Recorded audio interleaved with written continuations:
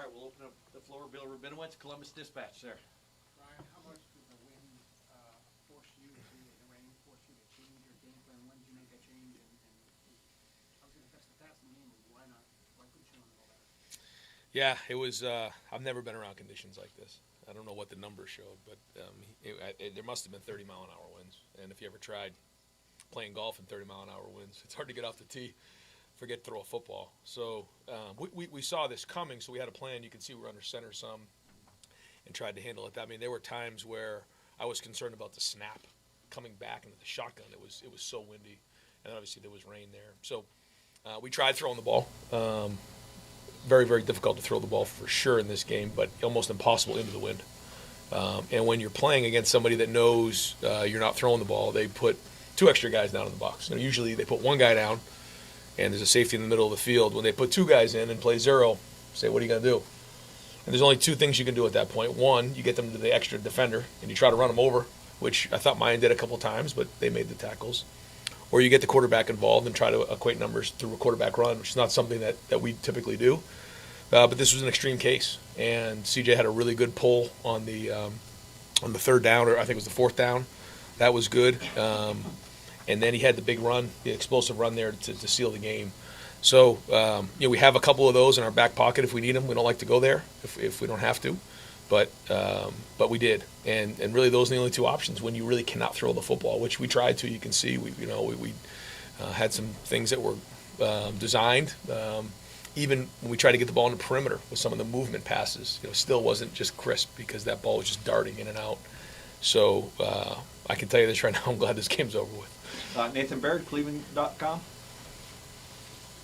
Your impression of the defensive performance that for a while there were times where Northwestern was offensively controlling this game up front too, but over the course of this game that seemed to swing back in their direction. What did you see from the defensive line, especially in the second half? Yeah, I thought they did a nice job of incorporating the quarterback in some of their run game, and they had a couple good ideas, and but I also think our defense played strong. And as the game wore on, you realize really the pass was not going to happen. You just start bringing guys lower and lower down into the box. But I thought a couple of the short yardage situations were excellent. You still got to make the play. You still got to defeat blocks, and they did that. And there was a point in the game where the defense really had a lot of energy.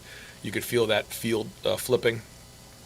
We decided coming out of halftime that we really needed to win that 3rd quarter, even though we knew they were going to get the ball. We took the wind because we felt like it was important to get some momentum in that 3rd quarter. We didn't get a lot of plays, but we did score, and that was big. Spencer Holbrook, Lettermen Row.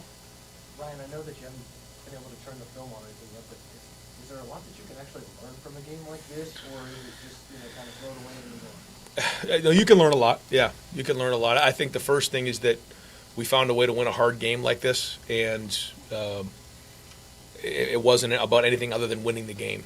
And I think when you get into November and you get into certain games, it's like, well, how can you win by X number of points or whatever? And this had nothing to do with that. When you're dealing with these type of conditions, it's impossible. And I can tell you what some of the issues are going to be right now. There was an extra guy sitting at 3 yards.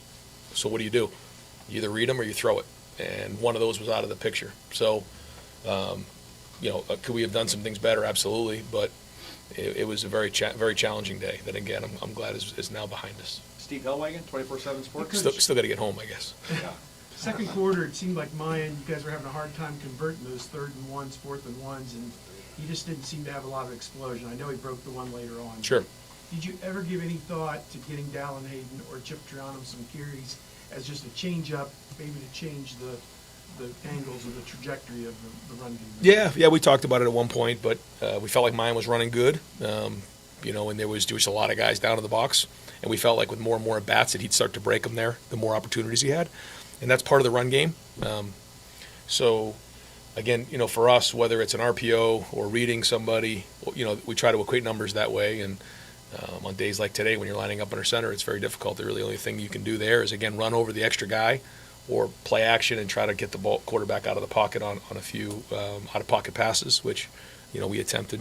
SYX. So you're not concerned or unsettled by their ability to run the ball, control the clock, and possession? Yeah, at the end of the day, it comes down to scoring points, right? And they did. They had a couple first downs, but they really weren't able to score on us, and I think that's a tribute to our defense and how well they played, because anytime you hold someone to 7 points, even in conditions like this, it's a job well done. And they were involved in the quarterback. And the quarterback ran hard, and I thought we tackled him well, and he took some shots in there and kept playing.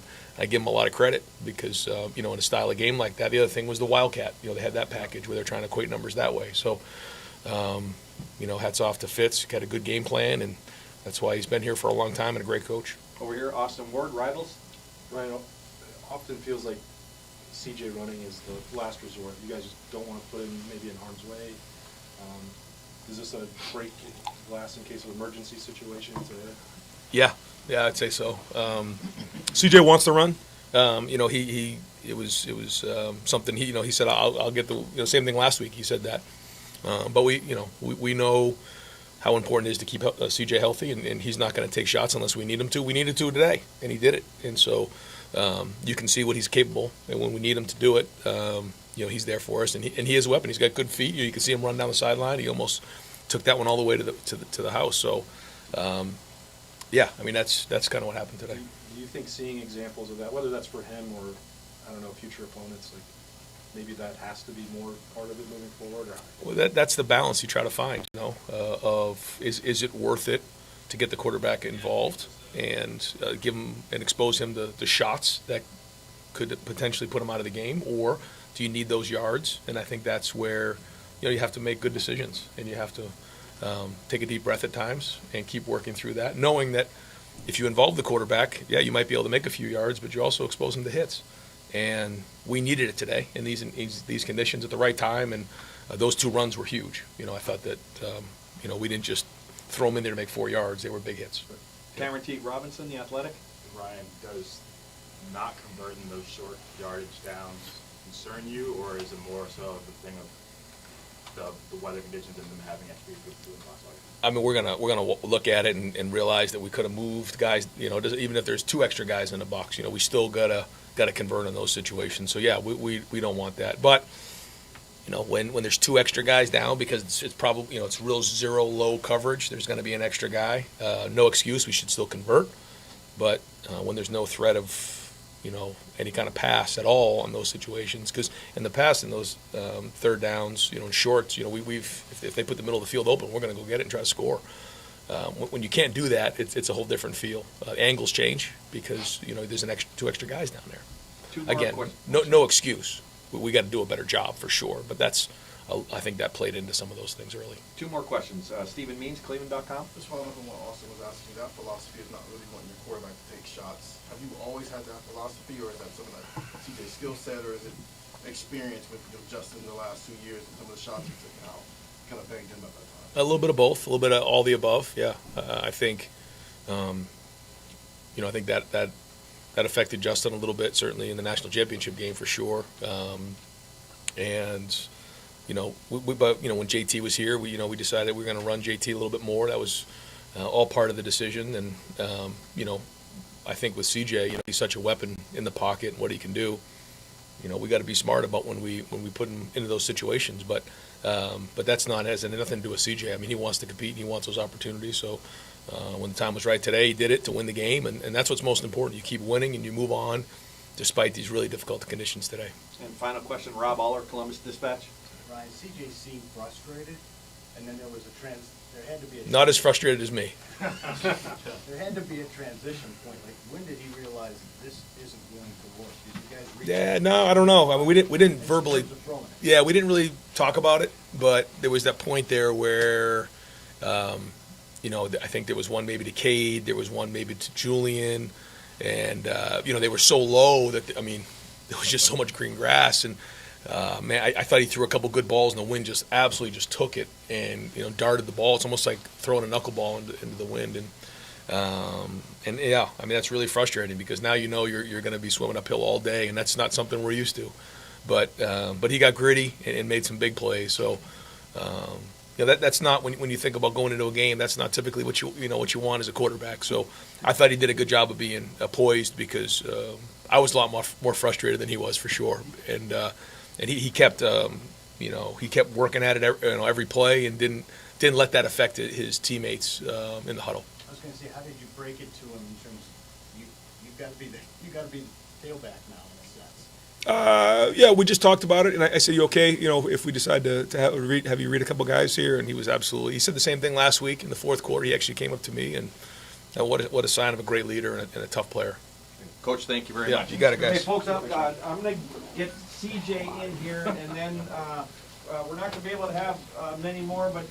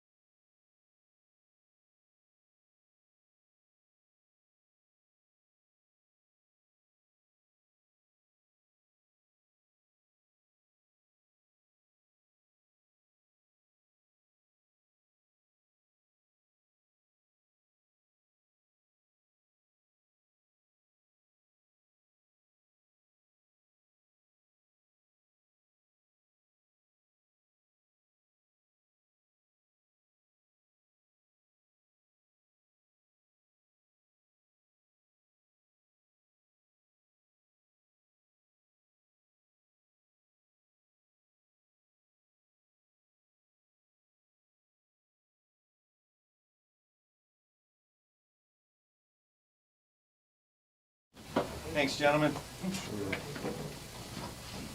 We'll open up the floor far back, Austin Ward, Rivals. Yeah, if you guys can just both kind of hug right up there, good. Excellent. CJ, the runs there late, Coach Day said that you've said many times throughout your career, you're willing to do it. Sometimes it just seems like it's the last thing you guys want to do to maybe put yourself at risk, but had to do it today. You made a couple big plays late. How did it feel to maybe win a game a different way? Yeah, first and foremost, I want to give all glory and praise to my Lord and Savior Jesus Christ, and just appreciative of coming out and getting a hard-fought win and tough conditions. But like you said, we had to find another way to win. So I'm like that every game, though, where I tell Coach to run me, or if he wants to, or if he doesn't, it's up to him. So usually every run play I do have a read, and I'm reading a certain player. A couple of times in the game where my defender or my gap was closed off or it was open, so I would take it. Dan Hope, 11 Warriors. Sorry about that, CJ. CJ, with all the questions you've gotten in your career about running the ball, is there some validation in being able to prove that you can do that today? Nah, I don't really care. It's like I'm willing to do anything. I'm willing to do anything to win, and if that's throwing the ball, running the ball, so I don't play this game to please anybody. Or, of course, I want to be appreciative of Buckeye Nation, which I am, and the fans out there that support me. And but at the end of the day, I'm here to win for my brothers in the locker room and my family back home. So in any way I can do that, then I'll do such. Joey Kaufman, Columbus Dispatch. CJ, on the reads you made to keep it, was it just open? What do you think was kind of critical on breaking off some of those runs? Well, it's my read every week. They don't really switch. I mean, just on the kind of the Q power that we ran, that was the only switch up I really had where I knew I was keeping the ball. But every other one was just reading at the defender that took mine away because mine was doing such a good job of getting downhill. And it's more numbers in the box, which is tough to just run your back and run your back, run your back, run your back. But if you can equate those numbers and somehow try to get the RPO game going or try to run your quarterback, which I feel like we did today, then it can open up mine to have bigger runs. Doug Lamorese, Cleveland.com. Mayan, you left the game last week. Can you just take us through what it was like for you, preparing yourself this week, and then how you felt out there today? I just want to thank God, just be out there with my boys today. Last week, I seen I left the game with a little minor injury. It wasn't serious. It's because they had mentioned during the week. But it just feel good to be back out there. Over here, Cameron Teague Robinson, The Athletic.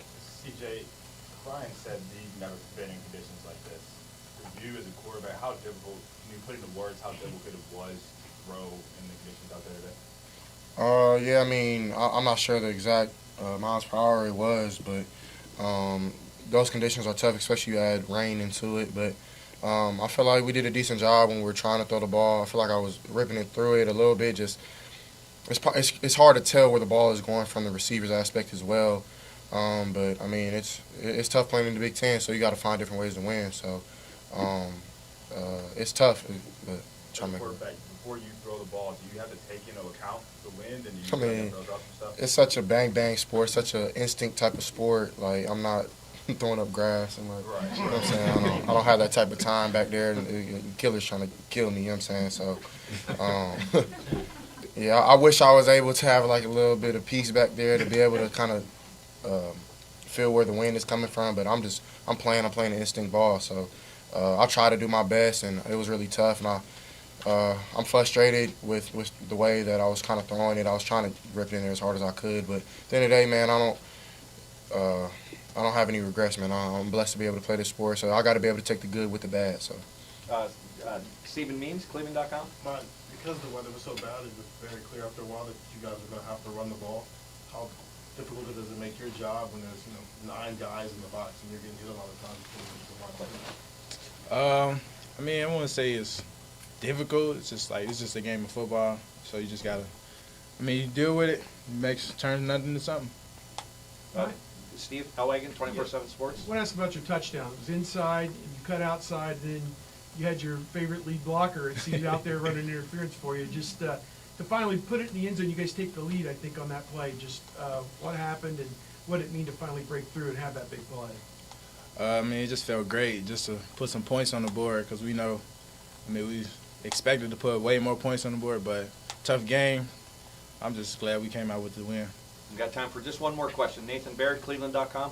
CJ, the 4th and 1 late in the first half, take us back to what you saw there during that, and did you know pre-snap that was probably the read that you were going to keep it, or is it still just all instantaneous of what happens in front of you? Yeah, I mean, I'm just out there kind of playing with instincts on the 4th and 1, kind of have an idea pre-snap what they could possibly do. They could probably possibly take away mine because a lot of teams probably think that I can't run or I'm not willing to.